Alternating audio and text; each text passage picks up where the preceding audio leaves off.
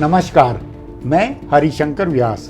कर्नाटक में सर्वाधिक प्रतिष्ठा प्रधानमंत्री नरेंद्र मोदी की दांव पर है, इसलिए भाजपा जीते या हारे, नतीजों से फोकस या तो प्रधानमंत्री नरेंद्र मोदी पर बनेगा या गांधी व नेहरू परिवार पर।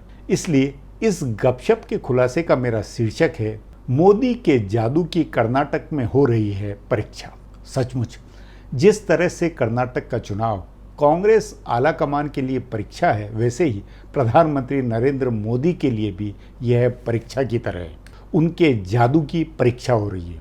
यदि बीएस येदियुरप्पा के बगैर भाजपा कर्नाटक में जीते तो भाजपा के सभी पुराने प्रादेशिक छत्रपों का बोरिया बिस्तर बंधेगा। और यदि नरेंद्र मोदी की इतनी मेहनत के बावजूद भाजपा नहीं जीती तो उसके दो नुकसान हैं। पहला तो यह है कि दक्षिण भारत में भाजपा का प्रवेश द्वार बंद हो जाएगा। दूसरा यह कि भाजपा के प्रादेशिक छत्रपों को ताकत मिलेगी। भाजपा आलाकमान की उन पर निर्भरता बढ़ेगी। उन्हें किनारे करके मोदी के चेहरे पर चुनाव लड़ने का फैसला करने से पहले अब भाजपा 10 बार सोचेगी।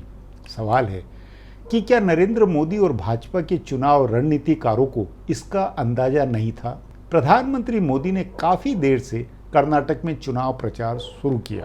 पहले कहा जा रहा था कि उनको चुनाव नतीजों का अंदाजा है, इसलिए वे कम प्रचार करेंगे, लेकिन अब उसके बाद फिर उन्होंने अपने आप को बुरी तरह झोंका। उन्होंने 1 दर्जन से ज्यादा रैलियां की तथा बेंगलुरु व मैसूर जैसे बड़े शहरों में रोड शो किए।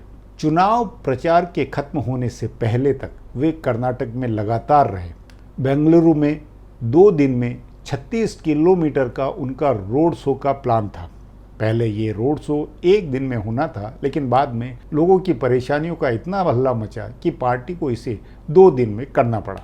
इन 2 दिनों में प्रधानमंत्री की कई चुनावी रैलियां भी हुई। उन्होंने प्रचार के सारे दांव आजमाए। कांग्रेस अध्यक्ष मल्लिकार्जुन खड़गे के बयान के बाद उन्होंने अपने अपमान का मुद्दा बनाया। प्रधानमंत्री नरेंद्र मोदी ने रैलियों में कहा कि कांग्रेस ने उनको 91 बार गालियां दी है। सारे नेताओं ने कहना शुरू कर दिया तब कि मोदी पर जितना कीचड़ उछालोगे उतना कमल खिलेगा। इसके बाद उन्होंने अपने को शंकर भगवान के गले की शोभा बताकर वोट मांगा।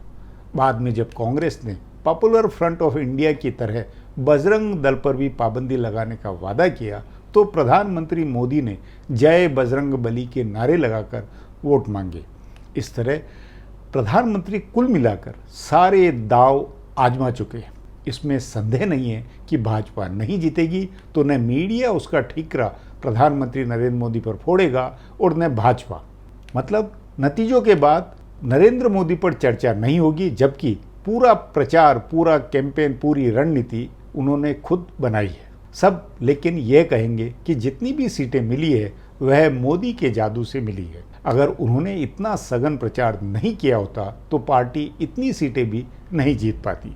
लेकिन इस प्रचार के बावजूद भाजपा के हारने का असर पार्टी की आगे की चुनाव रणनीति पर निश्चित ही पड़ेगा। प्रादेशिक छत्रपों और बड़े जातीय समूहों को नेतृत्व करने वाले नेताओं को हाशिए पर डालने की योजना भाजपा को और प्रधानमंत्री मोदी को स्थगित करनी पड़ेगी।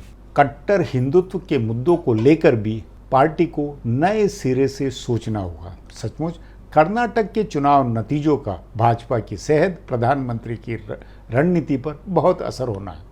बहरहाल यह एपिसोड अब यहीं समाप्त। बहुत बहुत धन्यवाद। Do not forget to subscribe to our channel for all the latest gossip on politics and my take on world affairs.